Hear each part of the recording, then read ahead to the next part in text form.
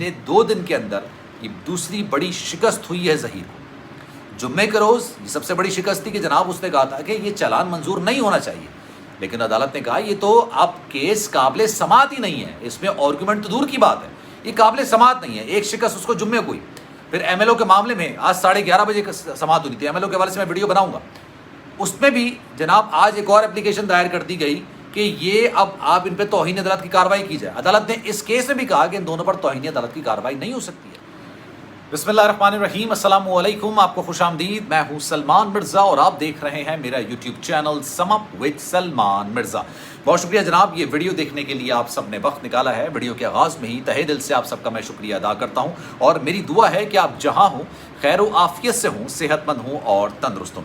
جناب 3 اکتوبر آج جب میں یہ ویڈیو بنا رہا ہوں، اور آج کا دن، آج کی تاریخ زہرا کاظمی کے کیس کے حوالے سے کافی زیادہ امپورٹنٹ تاریخ تھی. اس کی وجہ یہ تھی کہ جناب جمعے کے روز یعنی 2 دن پہلے جمعے کے روز ایک فیصلہ آیا تھا عدالت کی جانب سے، اور عدالت نے ظہیر کی اور شبیر کی جو درخواست تھی اس کو مسترد کر دیا گیا تھا. اور وہ مسترد اس لیے کیا گیا تھا کہ جناب اس میں کوئی جان نہیں تھی، مطلب اس کی کوئی سماعت ہی نہیں ہو سکتی تھی، اس کو ناقابل سماعت قرار دے کر مسترد کر دیا گیا تھا. اور وہ چالان کی منظوری کے حوالے سے تھی کہ جناب انہوں نے کہا تھا کہ چالان غلط منظور کیا گیا ہے. عدالت میں بحث و مباحثہ ہوئے، وڈیرے صاحب نے دلائل دیے، لیکن جناب انہوں نے یہ بات کہی کہ میں جو دلائل دوں گا اس کے بعد ہمیں ایم ایل او پر بات کرنے کی ضرورت ہی نہیں پڑے گی. لیکن خیر یہ فیصلہ ان کے حق میں نہیں آیا، ان کے خلاف آیا. اور اس کے بعد یہ ہوا کہ آج صبح 11:30 بجے تک اس کیس کی سماعت ملتوی کر دی گئی تھی کہ ایم ایل او پر بات ہوئی. لیکن آج سندھ ہائی کورٹ میں جناب سماعت ہوئی. کال میں آپ کو ہر ویڈیو میں تقریباً یہ بات بتاتا ہوں ظہیر اور شبیر کے حوالے سے کہ یہ لوگ ایک گینگ کی طرح آپریٹ کرتے ہیں. یہ معاملے کو اتنا الجھانے کی کوشش کر رہے ہیں، اتنا گھمانے کی کوشش کر رہے ہیں. وہ پھر ایک کہاوت ہے نا، میں اکثر اس کا ذکر کرتا ہوں، justice delayed is justice denied. آپ جتنا انصاف کو دیر سے فراہم کریں گے ایسا لگے گا انصاف نہیں ہو. کہتے ہیں انصاف ہو تو انصاف ہوتا ہوا نظر بھی آنا چاہیے، لیکن وکلا اپنے حساب سے چیزوں کو گھماتے بھی ہیں. اب اس کیس میں جناب ایک درخواست دائر کی گئی اور آج عدالت نے ظہیر اور شبیر کی ایک اور چالاکی، ان کے وکلا کی ایک اور چالاکی کو بہت بری طریقے سے مسترد کر دیا. ایک اور سماعت میں ایک اور جو کیس تھا اس کو ناقابل سماعت قرار دے کر مسترد کر دیا گیا. جناب 8 جون آج سے کافی دنوں پہلے کی بات ہے، عدالت سندھ ہائی کورٹ میں یہ کہا گیا کہ جناب بچی کی عمر 17 سال ہے. جو پہلا میڈیکل ایک بورڈ بنا تھا، بورڈ تو نہیں تھا، میڈیکل کروایا گیا تھا، اس میں 8 جون کو یہ فیصلہ نکل کر سامنے آیا کہ زہرا کاظمی مغویہ، جس نے عدالت میں کھڑے ہو کر یہ بیان دیا تھا کہ میں اپنی مرضی سے گئی، مجھے ظہیر اور شبیر نے اغوا نہیں کیا ہے، میں اپنی مرضی سے گئی ہوں، میں نے اپنی مرضی سے نکاح کیا.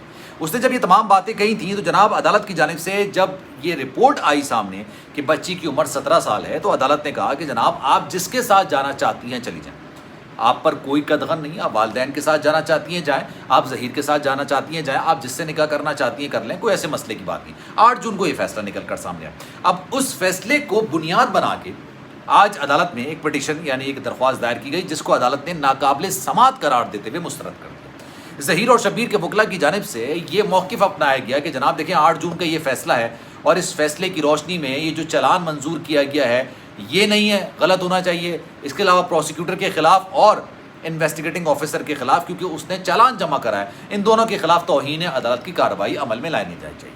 یہ ایک درخواست دائر کی گئی. اب عدالت میں جب ظہیر اور شبیر کے وکلا سمجھتے ہیں کہ شاید پوری دنیا بے وقوف ہے، صرف وہ اور ان کے ترجمان عقل مند ہیں، وہی سچ بولتے ہیں، باقی پوری دنیا جھوٹ پر چلتی ہے اور باقی پوری دنیا بے وقوف ہے. جناب انہوں نے کہا کہ دیکھیں یہ 8 جون کا آرڈر ہے اور یہ اس میں کہا گیا کہ ظہیر اور شبیر کے ساتھ اگر وہ جانا چاہتی ہے تو چلی جائے، اپنے والدین کے ساتھ جانا چاہتی ہے تو چلی جائے. مغویہ بچی کے حوالے سے یہ تمام باتیں کی گئی ہیں. عدالت نے کہا ہے کہ جناب وہ آزاد ہے اور جہاں جانا چاہتی ہے چلی جائے. اب جب انہوں نے دلائل دیے تو جبران ناصر صاحب نے کہا کہ بھائی اس پر ایک میڈیکل بورڈ بنا تھا، اس میڈیکل بورڈ میں بچی کی عمر 15 سال آئی تھی. میڈیکل بورڈ جب بنا اس کے بعد اس کا ٹرائل شروع ہو چکا ہے، اب ان پر فرد جرم عائد ہونی ہے. انویسٹیگیٹنگ آفیسر نے اپنی رپورٹ جمع کرا دی ہے، رپورٹ کو منظور کر لیا گیا ہے، جس کو چالان کہتے ہیں، چالان منظور کر لیا گیا ہے. اب یہ صرف وقت گزاری کے لیے تمام چیزیں کر رہا ہے. یہ عدالت کو آدھی چیزیں بتاتے ہیں اور آدھی چیزیں گول کر جاتے ہیں. جب پھر جبران ناصر صاحب کراس دلائل دیتے ہیں، دلائل پر دلائل دیتے ہیں، اس کے بعد عدالت کو بہت ساری چیزوں کا آئیڈیا ہوتا ہے اور اس کے بعد ظاہر سی بات ہے ظہیر اور شبیر کے خلاف فیصلہ آ جاتا ہے. آج بھی انہوں نے یہی کوشش کرنے کی ایک دوبارہ سے طریقہ اپنایا. انہوں نے پھر سے عدالت کو گمراہ کرنے کی کوشش کی. آپ کو یاد ہوگا پہلے لاہور ہائی کورٹ سے پروٹیکشن بیل انہوں نے لی تھی، اس کو پروٹیکشن بیل میں کہ بھائی میں کراچی جا کے اپنی ضمانت کرانا چاہتا ہوں تو بیچ میں مجھے کوئی گرفتار نہ کرے. مین وائل وہ کراچی نہیں آیا، پھر دوسری عدالت میں گیا, وہاں پر عدالت کو پتا تھا کہ آپ لاہور سے پروٹیکشن بیل لے چکے ہیں. پھر تیسری عدالت گیا, وہاں پر جا کے ان سے عدالت دی. عدالت کے ظہیر اور شبیر کے بارے میں ریمارکس تھے جب گرفتار ہوئے تھے, یہ اس سے پہلے ریمارکس تھے کہ ان دونوں نے عدالت کو گمراہ کرنے کی کوشش کی, انہوں نے ایویڈنسز میں چھیڑ چھاڑ کرنے کی کوشش کی, انہوں نے گواہ سے رابطہ کرنے کی کوشش کی, اس لیے ان کی ضمانت کو منسوخ کیا جاتا اور ان کو گرفتار کرنے کے احکامات جاری کیے جاتے. آج عدالت کے اندر ایک بار پھر سے ان کی سب کی, آج عدالت میں ایک بار پھر سے ان کو ذلیل اور خوار ہونا پڑا, ان کو ضلالت کا سامنا کرنا پڑا. اس کی وجہ یہ کہ جناب یہ بات ایسی کرتے ہیں کہ وہ ادھوری ہوتی ہے. اب ایک آرڈر 8 جون کا آرڈر ہے, اس آرڈر کی بنیاد پر یہ کہہ رہے ہیں کہ انویسٹیگیٹنگ آفیسر کے خلاف توہین عدالت کی کارروائی کی جائے, پروسیکیوٹر کے خلاف توہین عدالت کی کارروائی کی جائے. پروسیکیوٹر آج موجود تھے, انہوں نے کہا کہ جناب یہ کیس تو بنتا ہی نہیں ہے, کیونکہ اس کے بعد ایک میڈیکل بورڈ بن گیا ہے, ایک میڈیکل بورڈ بن گیا ہے. اس میڈیکل بورڈ کے بعد بچی کی عمر 15 سال آ گئی. پھر ٹرائل کورٹ میں یہ کیس چل رہا ہے, اس میں چلان منظور ہو چکا ہے, اب تو ان پر فرد جرم عائد ہونی ہے. تو آج اور ظہیر اور شبیر کے جو وکلا ہیں ان کو پسپائی کا سامنا کرنا پڑا, ان کو بڑی شرمندگی کا سامنا کرنا پڑا.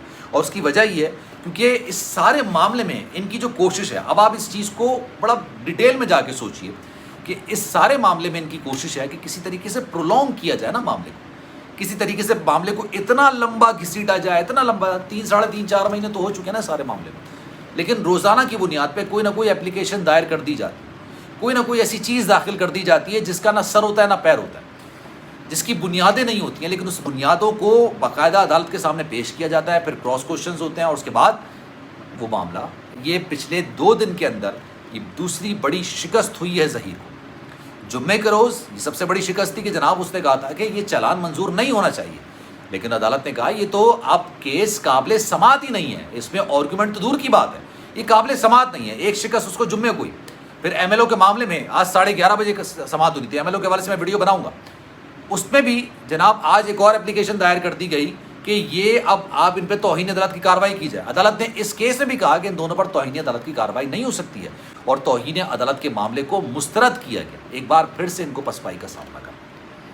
تو جناب میں آپ سے ہمیشہ یہ بات ہی کہتا ہوں, یہ گینگ کی طرح آپریٹ کرتے ہیں, یہ کسی طریقے سے اپنے حق میں, اور ان کے ترجمانوں کو دیکھ لیں آپ, جب بھی عدالت میں ان کی پسپائی ہوتی ہے ان کے ترجمان بیٹھ کے ایسی باتیں کرتے ہیں, ایسا لگتا ہے کہ صرف سچ وہ بولتے ہیں, باقی پوری دنیا جھوٹ پر چلتی ہے.